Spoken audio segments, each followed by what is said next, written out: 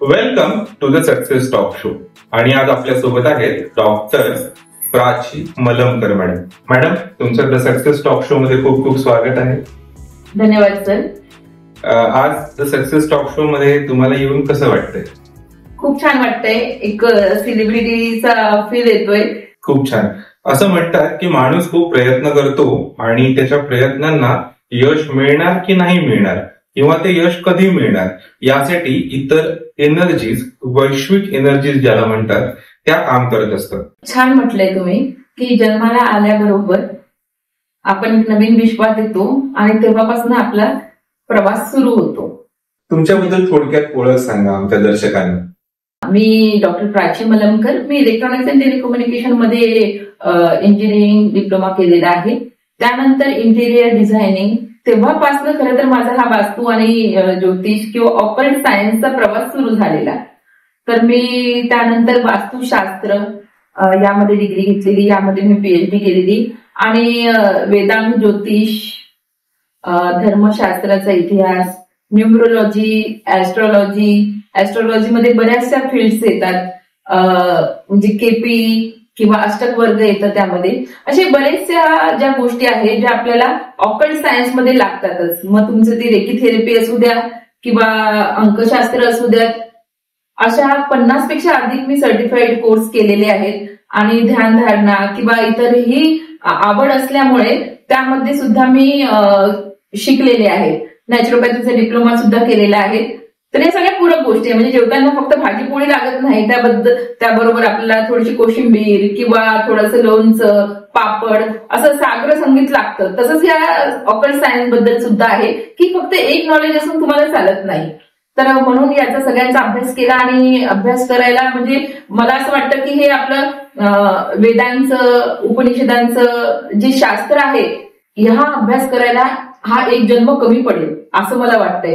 जेव्हा मी पुराणांचा किंवा उपनिषदांचा अभ्यास करते तर असं वाटतं की जे अनुक्रमणिकाच वाचलेले आहेत अजून. म्हणजे समुद्र आहे हा आणि मी आता त्याच्यात डुबकी मारते. बघू किती मोती हातात येतात. तर क्या बात आहे.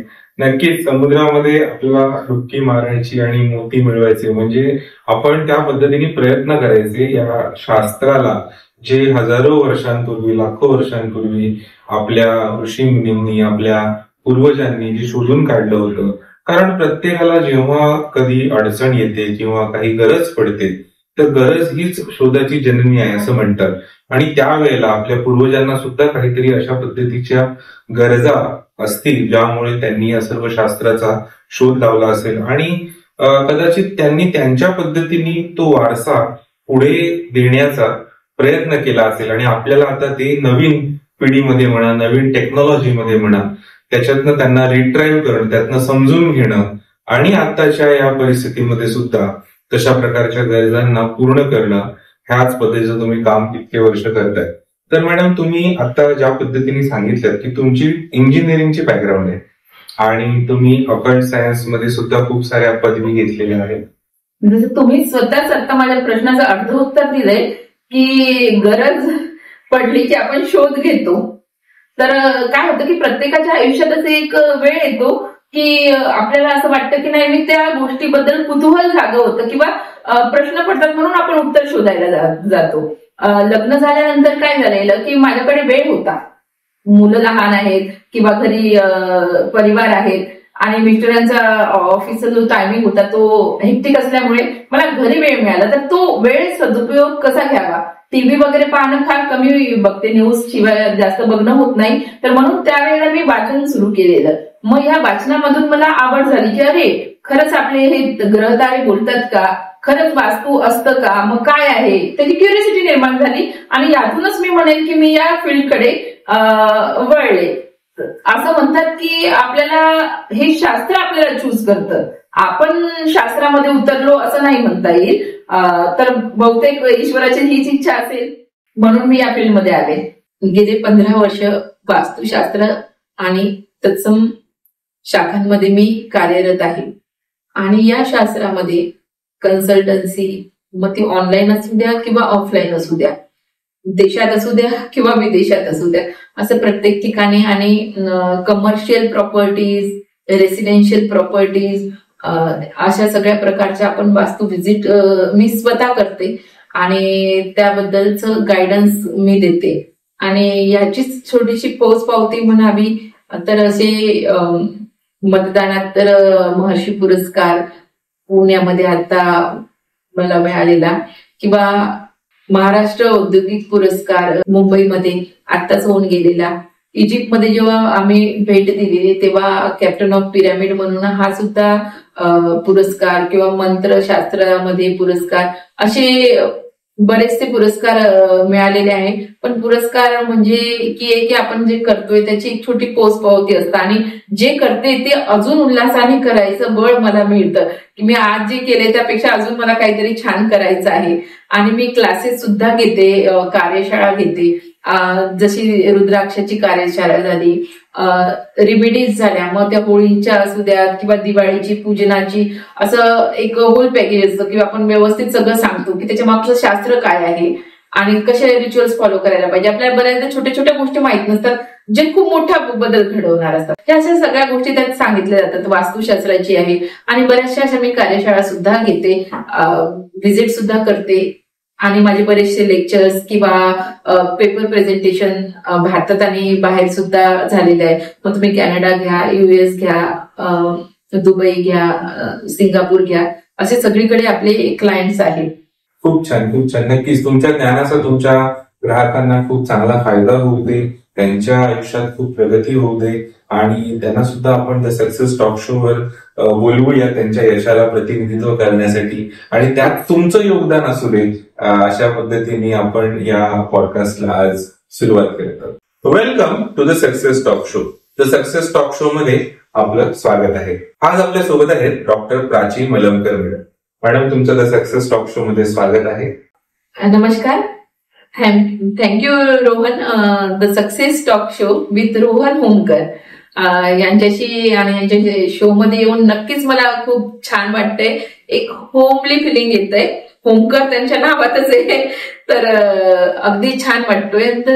सक्सेस टॉक शो, तर ग्रँड सक्सेस आपल्या या शोला येणार अशीच मी अपेक्षा करते.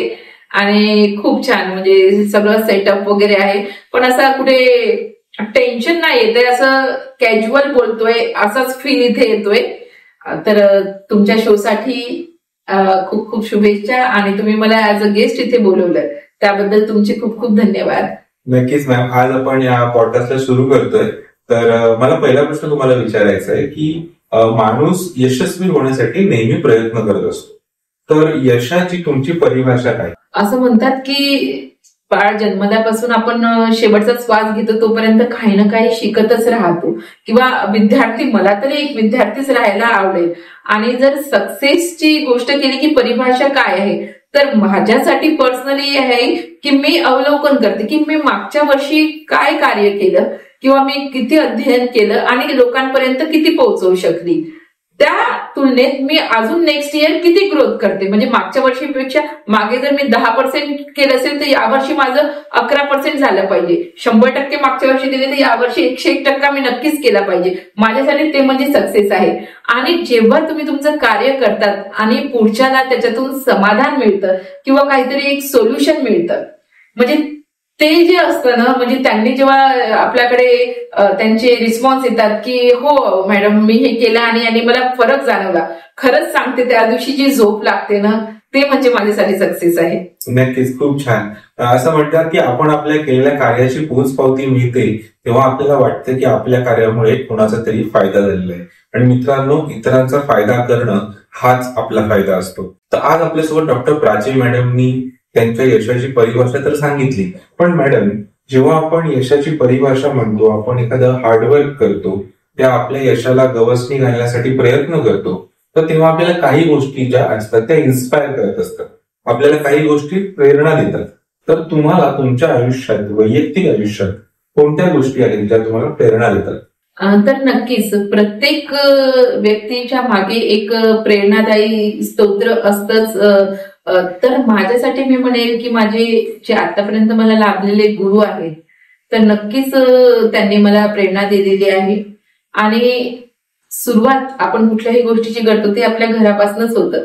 तर घरापासून सुद्धा मी म्हणेल की माझे आजोबा झाले, किंवा माहेरच्या आणि सासरची हे दोन्ही पण म्हणजे सपोर्टिव्ह लागतात. आज जर मी तुमच्यासोबत बोलते तर नक्कीच मी माझ्या मुलीला वेळ नाही दिलेला आहे किंवा घरातनं मी वेळ काढून आलेली आहे. तर एक सक्सेसफुल ज्यालाही बनायचं त्याच्या मागे आपल्या परिवाराचा एक पाठिंबा असतो. तर माझ्यासाठी प्रेरणा स्त्रोत म्हणजे माझ्या घरचे आहेत, मग आजोबा झाले, भाऊ झाला, हसबंड असू द्यात, मुली असू द्या, त्यांच्याकडनं पण मी शिकतच असते. कारण की ती नवीन जनरेशन आहे, त्यांच्या आणि आपल्या विचारमध्ये थोडा फरक जरी असला तरी त्यांच्याकडनं बरंचसं काही शिकण्यासारखं असतं. असं म्हणतात की गुरूंनी दाखवलेली दिशा आणि आपल्याला त्या दिशेवर चालण्यासाठी आपल्या कुटुंबाने दिलेलं पाठबळ या दोन्ही गोष्टी तुमच्या यशाच्या मागे आहेत आणि हे ऐकून खूप छान वाटलं मॅडम. असं म्हणतात की आपण सर्व गोष्टी करण्याच्या पहिले त्याची सर्व शक्यता पडताळून पाहतो. आपण बघतो की यातनं काय चांगलं होईल, काय वाईट होऊ शकतं. तर यामध्ये वास्तुशास्त्र आणि इतर अशा सर्व गोष्टी आपल्याला मदत करतात. आता मित्रांनो, हा तर काही लोकांचा श्रद्धेचा विषय आहे असं सुद्धा म्हणणं असतं. पण ती श्रद्धा कधी होते जेव्हा आपण अनुभव घेतो. त्या अनुभवातनं आपल्याला काही रिझल्ट मिळतात आणि त्या रिझल्टच्या मागची कारणं आपण समजून घेतो. तर वास्तुशास्त्राबद्दल लोकांच्या मनात खूप काही गैरसमज असतात. त्याबद्दल काय तुम्ही सांगा? नक्कीच, छान प्रश्न विचारलाय. हा प्रश्न प्रत्येकाला पडायलाच पाहिजे आणि या माध्यमातून मला आता उत्तर देता येईल. ज्ञानेश्वरांनी ज्ञानेश्वरीमध्ये सांगितलेलं आहे, जे जे आपल्याशी ठावे ते दुसऱ्यांशी सांगावे, शहाणे करून सोडावे सगळे जण. तर बघा, हे आपलं जे शास्त्र आहे हे कुठलं आलेलं आहे? माझ्या बोलण्यात तुम्हाला एक अध्यात्माची जोड मिळणारच आहे, किंवा म्हणजे असं होऊच शकत नाही. एका नाण्याच्या दोन बाजू आहेत. ही जी आपली शास्त्र आहेत म्हणजे अध्यात्म आणि सायन्स ह्या एका नाण्याच्या दोन बाजू आहेत. तर आपले हे वास्तुशास्त्र किंवा इतर जे ऑकल्ट सायन्स मधल्या फील्ड आहेत ह्या आल्या कुठून? तर आपले 4 वेद आहे, याची सगळ्यांना माहितीच असतं. 4 वेदांमधूनच त्यांची उपवेद आहेत, पुराणं आलेली आहेत, षडदर्शन आलेली आहेत. तर उपपुराण जे आहे ते म्हणजे स्थापत्य वेद, त्यामधून वास्तुशास्त्राची निर्मिती झालेली आहे. तर म्हणून हे पुरातन शास्त्र आहे. फक्त हे आहे की कोण त्याचा उपयोग कसा करून घेतो. बऱ्याचदा माहिती नसल्यामुळे आपण त्या गोष्टीकडे बघत नाही. तर हा फार पुरातन आणि वेदांपासून आलेलं हे शास्त्र आहे. आणि अशा पद्धतीने या शास्त्रामध्ये जवळपास तुम्ही गेले 15 वर्षांपासून काम करताय. तर खूप साऱ्या अशा काही टिप्स असतात ज्या लोकांना आजकाल युट्यूबच्या माध्यमातून, वेगवेगळ्या सोशल मीडियाच्या माध्यमातून मिळतात. पण कधी कधी ते सर्व व्यक्ती जे या टिप्स बघतात त्यांना वाटतं की याचा मला खरंच फायदा होईल का? तर याबद्दल तुमचं काय मत आहे? तर बघा की व्यक्ती तितक्या प्रवृत्ती आपल्याला हे ठाऊक आहे. वास्तुशास्त्र ही प्रत्येकाला लागू पडतंच. पण काय आहे की ह्या शास्त्राला एक समजून घ्यायचा आपण अट्टहास केला पाहिजे. आणि असे बरेचसे अनुभव आहेत. त्यामध्ये बघितलंय की ठीक आहे की एखाद्या व्यक्तींची वास्तू करेक्ट आहे, पण बऱ्याचदा हॉरोस्कोप मध्ये थोडा बहुत काहीतरी प्रॉब्लेम असतो. वास्तुशास्त्र हे एक संभावनाचं शास्त्र आहे. वास्तुशास्त्र हे ज्योतिष्य शास्त्र. तर काय आहे की तुम्ही एक विशिष्ट वेळेला जन्मला आहे, विशिष्ट घरामध्ये आला आणि विशिष्ट ठिकाणी आला, काहीतरीच्या मागे लॉजिक किंवा काहीतरी प्रारब्ध असेलच. तर प्रत्येक व्यक्ती हा आपला एक प्रारब्ध घेऊन येत असतो, आपली एक जन्मतारीख घेऊन येत असतो आणि एक ठिकाण घेऊन येत असतो, तिथे तो जन्मला. तर तुम्ही विश्वास ठेवला नाही ठेवला तरी सुद्धा एक तुमचं प्रारब्धामुळेच तुम्हाला जन्म मिळालेला आहे. नाहीतर एकाच वेळेला अंबानीच्या इथे बाळ जन्माला येतं आणि एकाच वेळेला दुसरी ठिकाणी बाळ जन्माला येतं. त्यांचं वेळ ठिकाण सगळं सेम जरी असलं तरी सुद्धा त्यांच्या भविष्यामध्ये म्हणजे फार मोठी गॅप असते. तर हे का? कारण की प्रत्येकाचं प्रारब्ध वेगळं आहे. तर हा प्रारब्धामुळे मिळालेला जन्म आपल्याला, आणि त्यानंतर मी जे कॅल्क्युलेशन करते त्याप्रमाणे 33% तुमचं प्रारब्ध काम करतं, 33% तुमचं वास्तुशास्त्र काम करतं. म्हणजे ज्या ठिकाणावर राहणार आहे, म्हणजे दिवसभर तुम्ही काम करून आलात तरी शेवटी घरात येतात आणि तिथली ऊर्जा घेऊन तुम्ही दुसऱ्या दिवशी नवचैतन्याने पुन्हा कामावर जातात. ती एनर्जी आपण घेतो. आणि 33% तुमचं हॉरोस्कोप, म्हणजे तुम्ही जन्मलात त्यानंतर तुमचं टिपण काढलं गेलं, त्यानंतर या तिघांची जेव्हा सांगड घालतो आपण तर तेव्हा आपल्याला 100% रिझल्ट येतो. कधी जर आपल्याला रिझल्ट नसेल तर बघावं लागतं की या बाकीच्या गोष्टींमध्ये तर कुठे फरक नाही ना. तर प्रत्येकाचं प्रारब्ध घेऊन तो व्यक्ती आलेला असतो. तर त्याप्रमाणे त्याला त्याचे रिझल्ट मिळतात. ज्योतिष किंवा वास्तुशास्त्री काय सांगतो तर काय आहे की बाबा पाऊस येणार आहे तर तू छत्री घेऊन जा, रेनकोट घालून जा, ओले नाही होणार, म्हणजेच तुम्ही बिमार नाही पडणार, मग तुमचा पैसा आणि तुमचा वेळ त्यातून वाचणार आहे. तुम्ही खूप छान पद्धतीने सांगितलं की प्रत्येकासाठी जसं डॉक्टर वेगवेगळ्या पद्धतीचे औषधं रेकमेंड करतो किंवा प्रिस्क्राईब करतात, जेणेकरून एखाद्याला सर्दी जरी झाली असेल तरी प्रत्येकाची सर्दी ही वेगळी असते, त्यांना देणारी औषधं वेगळी असतात. तसंच वास्तुशास्त्राचं पण असेल असं मला वाटतं. आणि तुम्ही त्या पद्धतीने जेव्हा सांगताय की दैनंदिन जीवनात आपण या सगळ्या गोष्टी वापरू शकतो, तर आमच्या दर्शकांसाठी तुम्ही काय टिप्स द्याल? नक्कीच तुमच्या दर्शकांना मी माहिती तर देणारच आहे, पण त्या अगोदर मी तुम्हाला वास्तुशास्त्राबद्दल थोडं सांगू इच्छिते की वास्तुशास्त्र जे आहे हे पंचमहाभूतांनी बनलेलं आहे.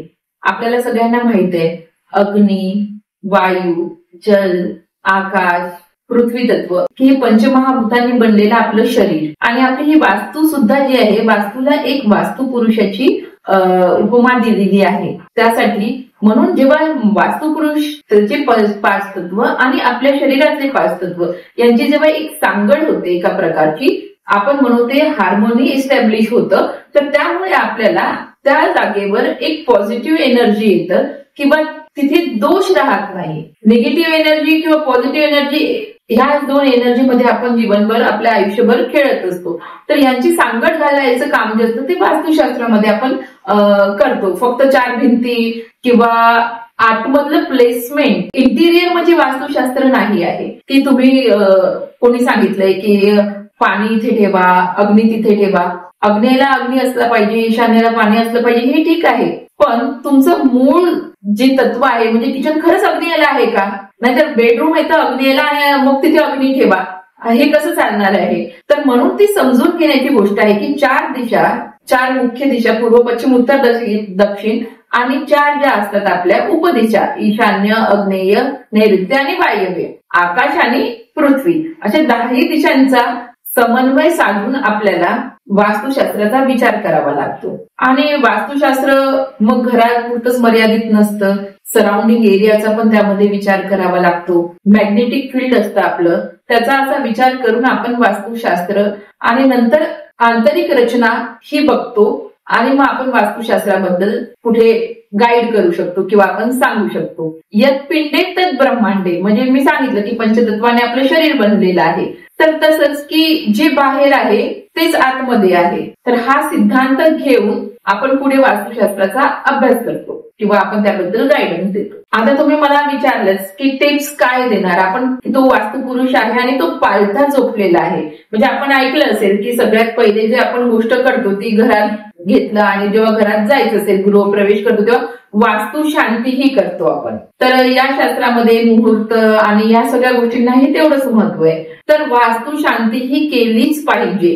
आणि वास्तुपुरुष आणि आपली बॉडी, तर वास्तुपुरुषाचं डोकं म्हणजे आपण ईशान्य बॉडी, ईशान्य पार्ट झाला आपल्या घराचा, जे जलतत्व असतं म्हणजे पूर्व आणि उत्तर मिळून जो बनलेला भाग असतो त्याला आपण ईशान्य कोन म्हणू. तर ईशान्य कोन म्हणजे आपलं डोकं. तर तुम्ही मला सांगा की जर मी एखादा 50 किलोचा 100 किलोचा जड वस्तू आणून ठेवली ईशान्येला, तर तुमचं डोकं दुखेल की नाही दुखेल? बऱ्याचदा मी जेव्हा वास्तू व्हिजिट करते तेव्हा एका वास्तूमध्ये गेलेले, त्यांचं कन्स्ट्रक्शनचं काम चाललेलं आणि त्यांनी तेव्हा बोलवलेलं इनिशियल स्टेजला. तर ते म्हटले की आमचं बरेच दिवस झाले कामच होत नाही आहे आणि काय करावं. मी जाताच बघितलं की काय आहे, तर त्यांच्या ईशान्य कोनमध्ये त्यांनी सगळं जो कन्स्ट्रक्शनसाठी वाळू, गिट्टी किंवा सिमेंटच्या पोते ज्या आणतात ईशान्येला ठेवून दिलेल्या. आताच मी तुम्हाला सांगितलं की ईशान्य म्हणजे आपला हा डोक्याचा भाग येतो. जर इथे जडत्व आलं तर मग तुमचं बाकी काहीच काम करणारच नाही. ठीक आहे, तर त्यांना सांगितलं की ते आजच्या आज उचला आणि तो तुम्ही दुसऱ्या ठिकाणी ठेवा. तर लगेचच त्यांनी केलेला आणि मी सांगून त्यांना गेलेले आणि सकाळी त्यांचा कॉल आलेला. वर्कर्स जे होतात ते बाहेर गेलेले, ते आलेले आणि आमचा तो कन्स्ट्रक्शन मॅनेजर आज सकाळीच आलेला आणि आमचं काम सुरू झालेलं. तुम्ही वास्तुशास्त्राबद्दल बोललात, तर वास्तुशास्त्राबद्दल आपल्या शास्त्रामध्ये काय सांगितलेलं आहे? वास्तुशास्त्र प्रवक्ष्यामी लोकांनाम हित काम्या. काय सांगितलंय की वास्तुशास्त्राची उत्पत्ती जी झालेली आहे ती लोकांच्या हितासाठीच झालेली आहे. ठीक आहे, की आपला मनुष्य जन्म झाल्यावर धर्म, अर्थ, काम आणि मोक्ष या 4 सूत्रांसाठी आपलं आयुष्य जातं. तर यामध्येच आपल्याला कशी ग्रोथ होणार आणि मानवाचं कल्याण होणार यासाठी ही शास्त्रांची वेदांमधून निर्मिती झालेली आहे. आणि असं म्हणतात की वास्तुशास्त्रामध्ये काही उपाय पण असतात आणि ते उपाय करताना काही क्रिस्टल्स म्हणा किंवा क्रिस्टल्स वगैरे वापरून सुद्धा काही त्याच्यावर रेमेडीज येतात का?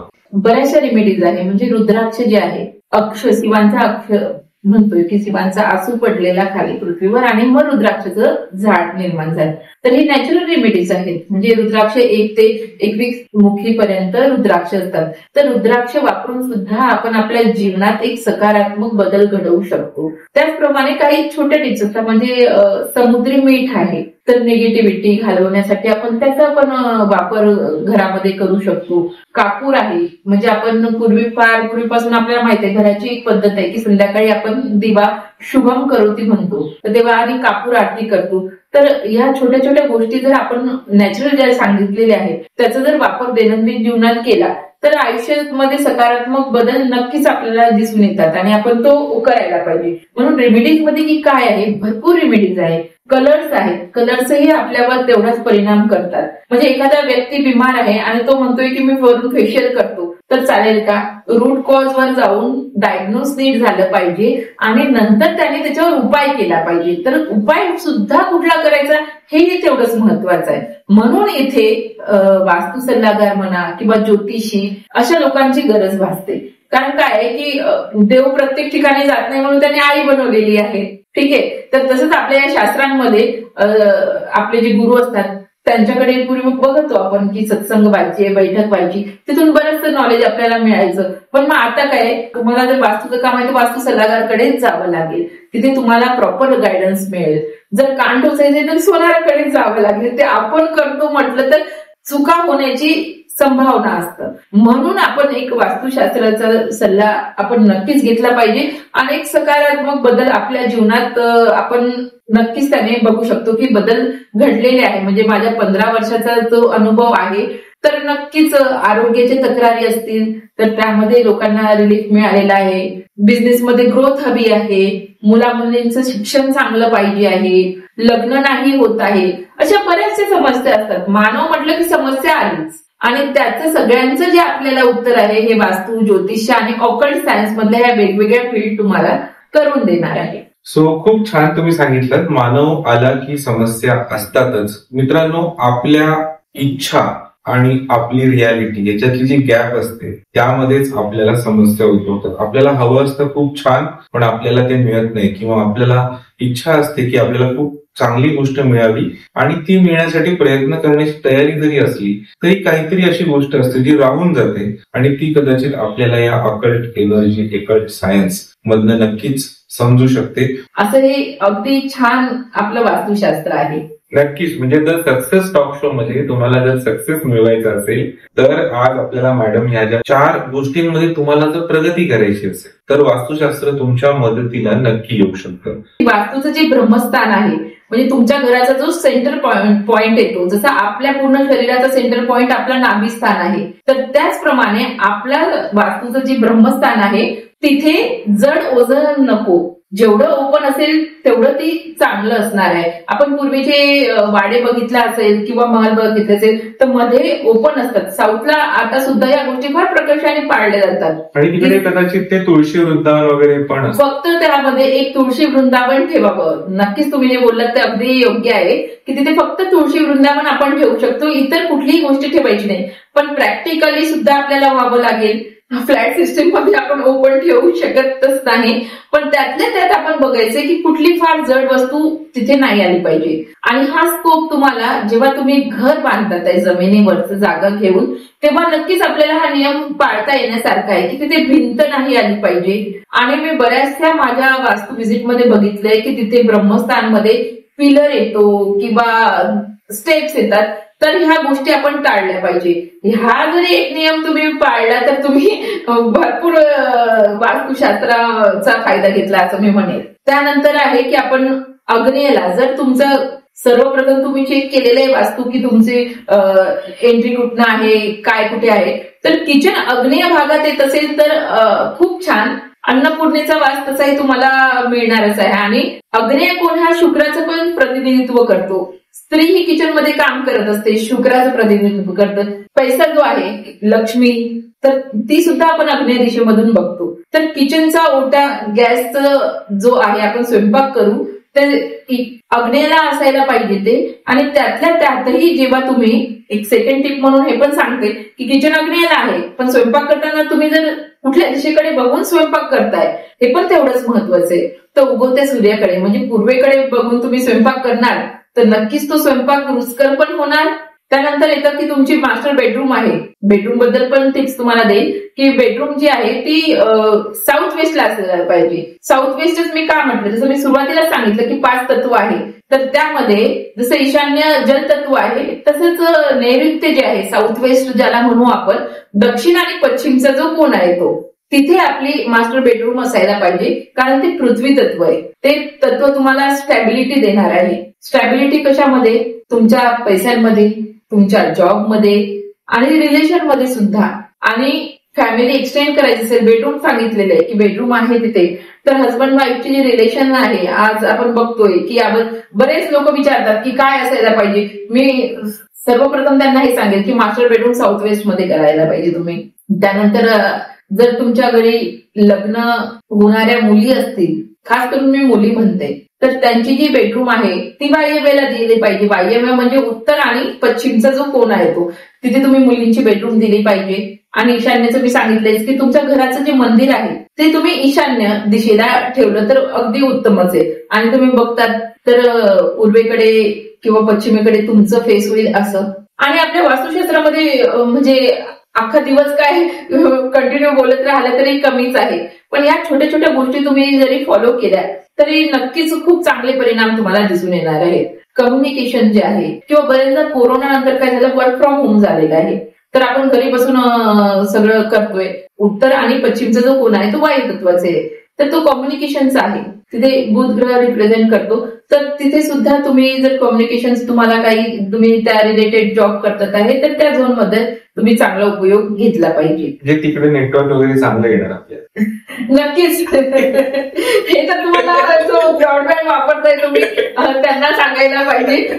पण नक्कीच कम्युनिकेशन, बऱ्याचदा काय होतं की कम्युनिकेशन म्हणजे मीडियाचंच कम्युनिकेशन नाही, आपल्या आपण बघतोय की घरामध्ये 5 व्यक्ती राहतात, त्यांचे सुद्धा कम्युनिकेशन गॅप निर्माण झालेली आहे. तर हा झोन सुद्धा आपल्याला तेवढाच महत्वाचा आहे. म्हणजे 5 तत्व आपण म्हणू नाही शकत की ह्या म्हणताय की जेवताना आपण सोबत बसून जेवतो, तर ते आपण त्या ठिकाणी ठेवलं तर जेवतानाचं कम्युनिकेशन पण चांगलं होईल. असं काही आहे का की डायनिंग टेबल कुठे असायला पाहिजे? हा, डायनिंग टेबल जसं किचनची मी विशिष्ट दिशा सांगितली तर नक्कीच. अन्न हे पूर्ण ब्रह्म म्हटलेलं आहे आपल्याला, आणि जेवताना एक घास 32 वेळा चावून खा असं म्हणतो. पण आजकाल काय झालं की टीव्ही समोर किंवा मोबाईल समोर आपण बघून जेवण करतो. तर जेवताना आपलं जे मुख आहे ते पूर्वेकडे किंवा उत्तरेकडे असावं. म्हणजेच की किचन मधून निघाल्यावर आपली पूर्व आणि उत्तर या दिशेला साईडला आपण आपला डायनिंग टेबल ठेवला पाहिजे. आणि पूर्वी तर काय सांगितले की किचन मध्ये खाली पालथी मांडी घालून आपण बसायला पाहिजे आणि जेवायला पाहिजे, हे आपल्या शास्त्रामध्ये सांगितलेलं आहे. पण त्यातल्या त्यात तुम्ही या दिशेचं जरी अवलंब केला तरी तुम्हाला चांगले परिणाम दिसून येतील. खूप छान. म्हणजे तुम्ही आतापर्यंत ज्या सर्व गोष्टी सांगितल्या त्या आपल्या दैनंदिन जीवनात तर आपल्याला वापरता येतीलच. पण समजा आता एखाद्या व्यक्तीने नवीन घर घेतलं आणि त्यांना वास्तुशास्त्राप्रमाणे सर्व त्यांनी म्हणतो ना डिझाईन करून घेतलं की आपण या ठिकाणी या दिशेला ही गोष्ट ठेवूया, आणि मग ते समजा आम्हाला कळलं की आमच्या खाली एक नवीन फ्लॅट आहे, त्यांनी सर्व वास्तुशास्त्राप्रमाणे केलंय. आम्ही त्यांच्या घरी गेलो आणि समजा बघितलं की त्यांनी जसं जसं केलंय तसं तसं आपण आपल्या घरी केलं तरी आपल्याला त्या वास्तुशास्त्राचा फायदा होईल का? जेव्हा आपण एक पॅरासिटामॉलची गोळी आहे, ताप आलाय, तर इन जनरल सगळ्यांना माहिती आहे की पॅरासिटामॉल घ्यावी. पण काय आहे की डॉक्टरकडे जातो तेव्हा तो काय सांगतो की स्पेसिफिक टेस्ट कराव्या लागेल आपल्याला, कारण तो ताप टायफॉइडचा आहे, मलेरियाचा आहे, डेंग्यूचा आहे किंवा अजून इतर कुठल्या गोष्टीचा आहे. तर त्याचप्रमाणे जी वास्तू असतं ही प्रत्येकावर वेगवेगळं काम करत असतं. जरी तुम्ही एका अपार्टमेंटमध्ये राहतात, काय होतं की एका अपार्टमेंटमध्ये राहतो आपण, तर ब्लॉक जे असतात ते वरून खालपर्यंत सारखीच त्यांची डिझायनिंग असतं. तरी सुद्धा बघितलेलं आहे की प्रकर्षाने बघितलेलं आहे की त्या फॅमिली सुद्धा कपल्स असेल किंवा फॅमिली आहे, आई वडील आहेत, मुलं आहेत, तरी त्यांच्यामध्ये सारखा नाही आहे. एका घरात सारखे वाद चाललेले असतात आणि एका घरामध्ये सगळं पीसफुली चाललेलं असतं. का? कारण की आपण प्रत्येक व्यक्ती एक आपलं प्रारब्ध घेऊन आलेला आहे. तर प्रत्येकाचं प्रारब्ध वेगळं आहे आणि त्याप्रमाणे आपल्याला प्रारब्ध, वास्तू आणि आपला दशा दिशा देवता आपण असं म्हणतो की आपला हॉरोस्कोप, आणि अशा पद्धतीने आपल्याला प्रत्येकाचं स्वतःच्या घराचं वास्तू स्वतः करून घेणं किंवा त्या एक्सपर्ट कडनं त्याचा गायडन्स घेणं हे खूप गरजेचं आहे. आणि त्याच पद्धतीने आता खूप सारे असे उपाय असतात जे वास्तुतज्ञ रेफर करतात, तुम्ही सुद्धा रेफर करत असाल, तर ते उपाय नेमके कशा पद्धतीने काम करतात? जो तुम्ही विचारलाय प्रश्न तो अगदी योग्य आहे की उपाय काय आहे. आता वास्तुशास्त्राबद्दल काय झालंय की फक्त तोडफोड असं सगळ्यांना वाटतं आणि त्या भीतीने लोक वास्तुशास्त्री जे असतात त्यांच्याकडे जात नाही आणि स्वतःच काहीतरी इंटरनेटवर टिप्स बघतात आणि ते फॉलो करतात, पण त्यांना रिझल्ट येत नाही. मग ते शास्त्राला दोष देतात. पण असं नाही आहे की मी सांगितले की वास्तुशास्त्र जे आहे ते आपल्या हितासाठी बनलेलं आहे. जसं पूर्व दिशा आहे, आपल्याला माहिती आहे सूर्य उगवतो. प्रत्यक्ष देवता जर कुठली असेल पृथ्वीवर तर ती सूर्य आहे. तर पूर्व दिशा ही सूर्याला डिनोट करतात, पश्चिम दिशा ही वरुणाची दिशा आहे, दक्षिण ही यमाची दिशा आहे आणि उत्तर ही कुबेराची दिशा आहे. तर आपल्या दिशेचं पण भान ठेवायचं आहे. जसं तुम्ही म्हटलात की तुम्ही टिप्स काय देऊ शकाल किंवा काय गोष्टी प्रकर्षाने आपण लक्षात ठेवल्या पाहिजे. तर जेव्हा आपण कुठलाही नवीन फ्लॅट किंवा जागा काही घ्यायला जातो तर आपण हे बघायला पाहिजे की पूर्व आणि उत्तर ह्या ज्या दिशा आहे या दिशेचा प्रकाश आपल्या घरामध्ये आला पाहिजे. ठीक आहे, पश्चिमचा आणि दक्षिणचाही यायलाच पाहिजे. कुठलीच दिशा वाईट शास्त्रात सांगितलेली नाहीये. बऱ्याचदा लोकांचा गैरसमज असतो की दक्षिण म्हणजे फार भीती, यमाची दिशा आहे, असं काहीही नाही आहे. पण काय आहे की तिथली यम म्हणजे आपल्याला माहिती आहे की ती मृत्यूची देवता. तर काय आहे की एक एक्झाम्पल देईल की आज जर तुमचा एक टायर आहे तो पंक्चर झालाय तर लगेचच तो टायरची फ्लॅट होऊन जाणार आहे का? हो, हळूहळू हळूहळू हळूहळू त्याची हवा जाईल आणि पण एक दिवस असा येईल की तो फ्लॅट होणार आहे. तर ती थोडीशी तिकडची जी देवतात आहे म्हणून त्याची एनर्जी थोडी ड्रेन करणारी ती दिशा आहे आणि उत्तर आणि पूर्व काय की एनर्जी देणारी दिशा आहे. खूप लोकांच्या मनात असा गैरसमज पण असतो की तोडफोड करावी लागेल. छान प्रश्न विचारलाय तुम्ही. तर जगात असा कुठलाच प्रश्न नाही आहे की ज्याचं उत्तर नाही आहे. तर वास्तुशास्त्रामध्ये सुद्धा विदाऊट क्रॅकिंग अँड ब्रेकिंग म्हणजे काहीही तोडफोड न करता आपल्या शास्त्रांमध्ये उपाय सांगितलेले आहे. तर त्यात मी सर्वप्रथम असं सांगेल, precaution is better than cure. म्हणजे वास्तू तुम्ही निवडतानाच वास्तुशास्त्र जे आहे त्याचा सल्ला घेतला पाहिजे. तर काय होतं की कन्स्ट्रक्शन करताना ज्या चुका संभव होणार आहेत त्या होणार नाही, ही पहिली खबरदारी आपण घेतली पाहिजे. त्यानंतर तुम्ही म्हटलं की रेमिडीज काय सांगितलेले आहे. तर वास्तुशास्त्रामध्ये रत्न अध्याय हा एक विधी सांगितलेला आहे जो आपण वास्तूमध्ये करून घेत असतो. कशासाठी? तर जी ही पंचतत्व इम्बॅलन्स झालेली आहे कुठेतरी किंवा आपण निवडताना प्लॅन जेव्हा आपण घेतो तर आता शक्य नाही आहे की प्रत्येकालाच 100% काय 80% सुद्धा वास्तू करेक्ट मिळणं हे शक्य नाही आहे. पण मग शक्य नाही आहे म्हणून त्याच्यावर काही इलाज नाही आहे का? जर आता एखादी क्रिटिकल केस डॉक्टरांकडे आली तर डॉक्टर असं म्हणतात का की नको बाबा तू आता एकदम लास्ट स्टेजला माझ्याकडे आलेला आहे, खूप क्रिटिकल केस आहे, मी ऑपरेशन करत नाही, असं होत नाही. तसंच वास्तुशास्त्रामध्येही आहे की वास्तूमध्ये कितीही दोष असले तरी त्यावर आपल्याला उपाय करता येतात. रत्नाध्याय जे मानसार किंवा मयमतम जे ग्रंथ आहेत आपले त्यामध्ये सांगितलेलं आहे. दिशेची देवता असतात, मग तिथले तत्व आहे, तर ते तत्व बॅलन्स करण्यासाठी आपण एक विशिष्ट विधी, वास्तुपूजा ही वेगळा विधी झालेला आहे आणि त्यानंतर रत्न अध्याय म्हणून आपण एक विधी करतो. त्यामध्ये रत्न आपण जमिनीमध्ये विशिष्ट पद्धतीने मंत्रोच्चार आणि त्याच्यावर संस्कारित करून प्रॉपर पूजा करून त्या जमिनीमध्ये आपण टाकत असतो. हा एक रत्नांचा झाला. त्याचबरोबर काही यंत्र येतात. तर मनात राहते इति मंत्र असं म्हटलेलं आहे की जो मनाला तारून नेतो. म्हणजे आपल्या बॉडीची आपण म्हणतो की स्पंदनं असतात आणि स्पंदनं खरंच काम करतात. तर एक विशिष्ट बीज अक्षर असलेले यंत्र आपण घेतो. जसे आपण जेवण तर करतोच तर आपल्याला सगळं मिळतं ना हो, मग फळं कशाला खावी है ना. म्हणजे एक वास्तू घेतलेले राहतं तर येतंय पण मग त्याची ऊर्जा जर आपल्याला तिथे वाढवायची आहे, जसं आपण फळ खाऊन बॉडीची ऊर्जा वाढवतो किंवा आपल्या पत्रिकेमध्ये काही जर दोष असेल तर आपल्याला गुरुजी सांगतात की हा तुम्ही हा खडा घालायला पाहिजे, ही रत्न धारण करायला पाहिजे. तसेच मग वास्तू सुद्धा तर पंचतत्वांनी बनलेले आहे. मग त्यांची जी ऊर्जा वाढवायची आहे त्यासाठी आपण रत्नाध्याय आपल्या या वास्तुशास्त्र मध्ये सांगतो वास्तूमध्ये पुरण्यासाठी. तर यंत्र झालं, रत्न झाली, रुद्राक्ष आहे, हे सुद्धा यांचा वापर करून आपण वास्तूमधले दोष घालवण्याला आपल्याला मदत होते. खूप छान. आणि आत्ताच तुम्ही जसं सांगितलं तसं मला एक प्रश्न विचारायचा आहे की मंत्रांबद्दल तुम्ही काय सांगू शकता? नक्कीच. मंत्रांबद्दल तर एक पुन्हा एपिसोड केला तरी कमीच पडेल.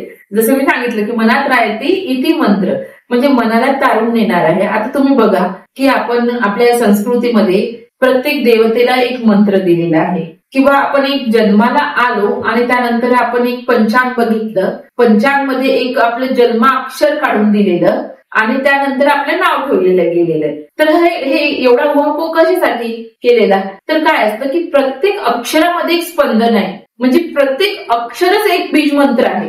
आता तुम्ही योगायोग मंत्रांची गोष्ट काढली तर गणपती जो आहे, तर आपण म्हणतो की गणपती जे आहे त्यांचं आपल्या सप्तचक्र आपल्या शरीरामध्ये आहे. तर जो मूलाधार चक्र आहे, जे रूट चक्र आपण म्हणू, त्याचं बीजाक्षर आहे लम बीज. तर तुम्हाला तुमच्या शरीराचं सुद्धा पृथ्वी तत्व किंवा रूट चक्र जर बॅलन्स करायचं असेल तर लम लम या बीज अक्षराचं तुम्ही थोडं ध्यानाचं मेडिटेशन 5 मिनिटं जरी याच्यावर केलं तरी तो तुमचा रूट चक्र बॅलन्स होण्यासाठी मदत होतं. म्हणजे तुम्ही विचार करू शकता की या मंत्रांमध्ये, या शब्दांमध्ये खूप ताकद आहे, ती स्पंदन आहे. म्हणजे energy can neither create not destroyed, it can transfer from one form to another, आपण असं म्हणतो. तर काय आहे की या स्पंदन लहरी ज्या आहेत या वातावरणातच राहतात, त्या कुठेही जात नाही. जेव्हा आपण मंत्रोच्चार करतो, गुरुजी आल्याबरोबर पहिले घंटा ध्वनी करतात आणि त्यानंतर मंत्रोच्चार करतात, तेव्हा वातावरणामधली जी निगेटिव्हिटी असतं ती तशीच दूर होऊन जातं आणि तिथलं सकारात्मक वातावरण होतं. तुम्ही बघा एखाद्या ठिकाणी जिथे शांत आहे, कुठला आवाज नाही आहे, अंधार आहे, त्या ठिकाणी कसं वाटतं. आणि जिथे कुठे मंत्र होत असतील, कुठे लांबून सुद्धा ऐकायला येतात तरी आपल्याला कसं एकदम चाम येतो, असं अगदी छान वाटतं. म्हणून देवपूजेमध्ये आपण नक्कीच मंत्र म्हणतो, कारण की ती 24 तास ती ऊर्जा तिथे राहते. मंत्रांचा तसाच प्रभाव आपल्यावर, आपल्या शरीरावर आणि आपल्या वास्तूवर सुद्धा होतो. म्हणून आपण नवचंडी याग सांगतात किंवा बरेचसे आपण पारायण करतो. तर काय आहे हे, आपण एक मंत्रच आहे हे वाचतो, आपण स्तोत्र वाचतो, तर त्याचा फायदा नक्कीच होतो. आणि यासाठी कुठलाही खर्च लागत नाही. हा, नक्की. सगळ्यात महत्वाची गोष्ट आहे, एकदा तो मंत्र शिकला, त्याचे उच्चारण कसे करायचे हे शिकलं आणि त्या मंत्राचा आपण वापर केला तर नक्कीच आपल्याला त्यातनं एनर्जी जी आहे ती मिळणार आहे. तर सकाळी उठल्यावर आपण नेमकं काय केलं पाहिजे? आपल्या शास्त्रामध्ये सांगितले सकाळी उठल्याबरोबर कराग्रे बसते लक्ष्मी, कर मध्ये सरस्वती, कर मुलेतून गोविंदम, प्रभाते कर दर्शनम. म्हणजे इथपासूनच आपली सुरुवात होतं. कारण की काय सांगितलंय की लक्ष्मी, सरस्वती, आपल्याला जर पैसा पाहिजे तर तो कसा पाहिजे, हे आपल्या चांगल्या बुद्धीचा वापर करून आपण केला पाहिजे आणि आपल्या कामात सातत्य सुद्धा आपल्याला पाहिजे आहे. म्हणून विष्णूचं सुद्धा स्मरण करायचं. आपल्याला माहिती आहे की ब्रह्मा इज क्रिएटर, ब्रह्माने हे सर्व उत्पत्ती केलेली आहे. त्यानंतर जो विष्णू आहे याचं पालनहार करणार आहे. विष्णू हे सगळं पाळतोय आणि डिस्ट्रॅक्टर म्हणून आपण शिवाकडे बनतो, कारण की एक गोष्ट नष्ट होऊनच दुसरी येणार आहे ना. म्हणून या तिघांचं जे असतं तर सर्वप्रथम आपण जसं सांगितलं की कंटिन्युटी पाहिजे. आपल्याला दिवसभर आपण काम करणार आहोत. सगळ्यात प्रथम सकाळी उठल्यावर आपण काय करतो, गृहिणी असते तर दिवसभराचं करतो की मला आता मिस्टरांचा डब्बा बनवायचा आहे, मुलांना शाळेत पाठवायचं आहे, म्हणजे मॅनेजमेंट काय करायचंय ते तेव्हाच होतं. तर बुद्धीचा, सरस्वतीचा पाहिजे ना आपल्याला वापर, आणि लक्ष्मी तर आलीच पाहिजे. म्हणजे आपण हाताने जेव्हा काम करू त्यानंतरच आपल्याला लक्ष्मी येणार आहे. तर हे सगळ्यात प्रथम जर सकाळी हा श्लोक सुद्धा तुम्ही म्हटला, म्हणजे पूर्वी तर काय होतं, घरोघरी आजी सांगायची आणि या गोष्टी सहज फॉलो व्हायच्या. पण आता काय होतंय की न्यूक्लिअर फॅमिली झाली, त्यामुळे बऱ्याचशा गोष्टी काय होत आहे की आपल्याला सांगितल्या जात नाही किंवा माहिती नसतं कुठल्या कारणाने. तर या श्लोकापासून आपण सुरुवात करायला पाहिजे. इव्हन आपण नंतर स्नान करतो तर स्नानासाठी हर गंगेचे, यमुनेचे, गोदावरी, सरस्वती, नर्मदा, कावेरी, सिंधू जले सन्निधम कुरुस्वा. स्नान करताना या सर्व नद्यांच्या त्या पाण्याला आपण रूपक देतोय आणि त्या मंत्रामुळे त्या आपण पाण्याला सिद्ध करून सर्व नद्यांमध्ये आपण आंघोळ केल्यासारखं आपल्याला ते शुद्ध करते. जेवताना सुद्धा आपल्याकडे तुम्हाला आठवत असेल वदनी कवळ घेता नाम घ्या श्री हरीचे. जीवन करी जीवित व अन्न हे पूर्ण ब्रह्म, उदरभरण नव्हे जाणीचे यज्ञ कर्म.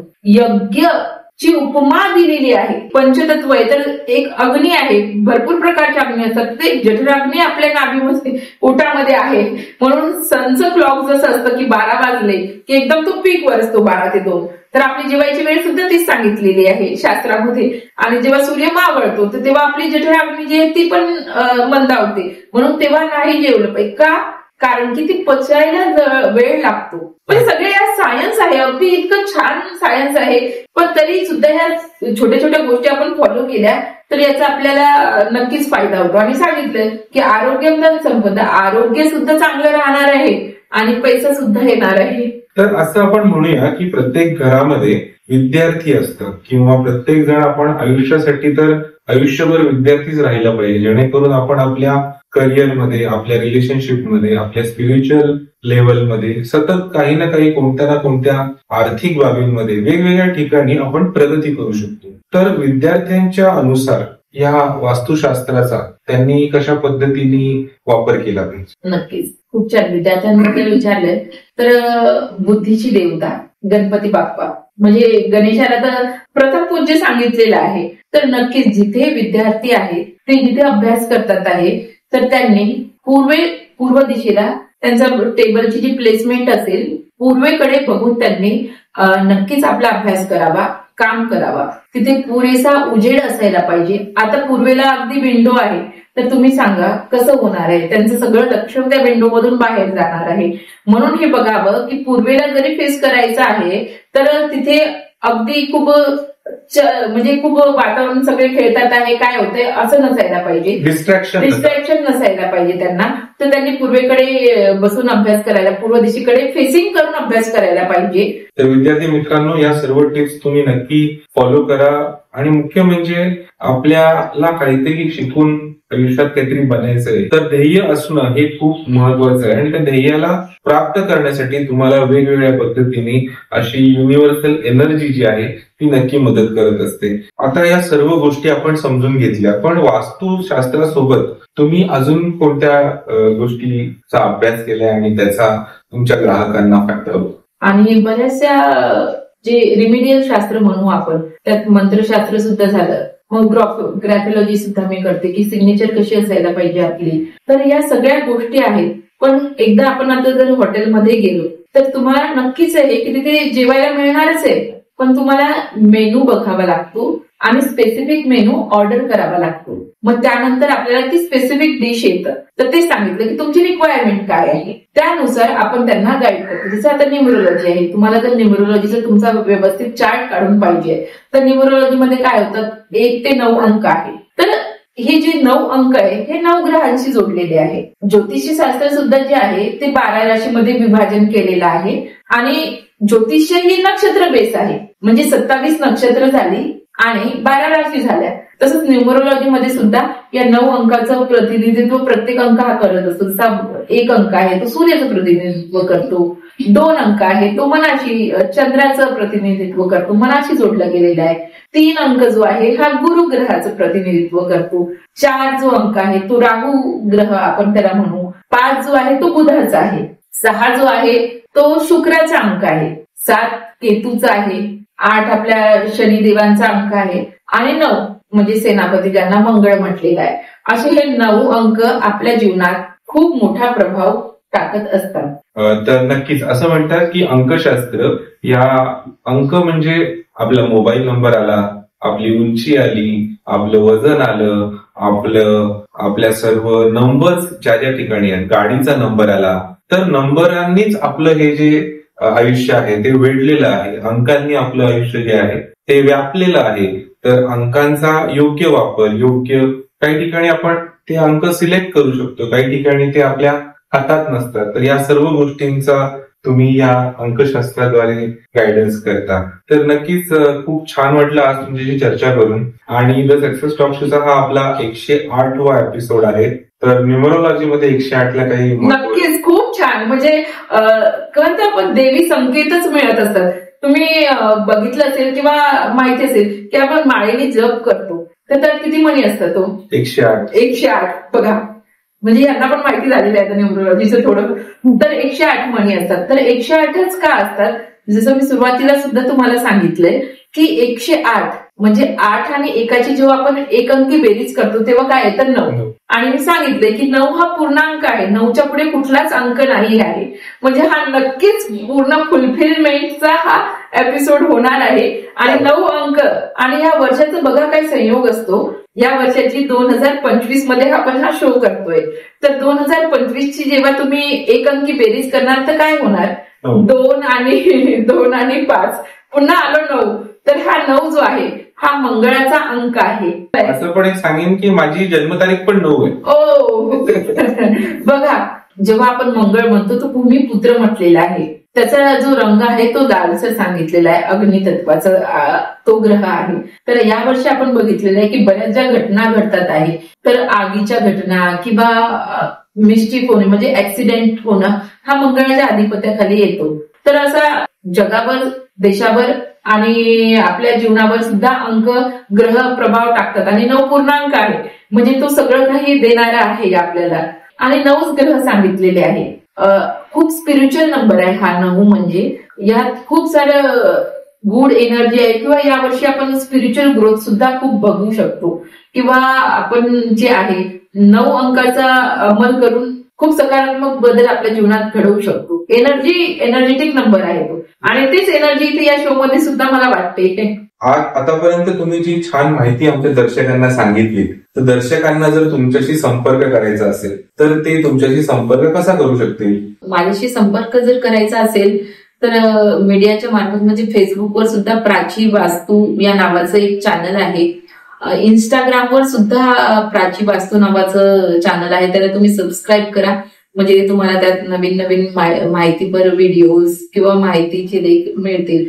तसंच युट्यूबवर सुद्धा प्राची वास्तू म्हणजे माझं जे वास्तुशास्त्राचं आहे ते प्राची वास्तू म्हणून प्रोप्रायटर त्याचे आहे. तर प्राची वास्तू या चॅनलला तिथे पण तुम्ही बघू शकता. किंवा 7507012319 किंवा 7519131375 हा माझा मोबाईल नंबर आहे. यावर तुम्ही मला संपर्क करू शकता.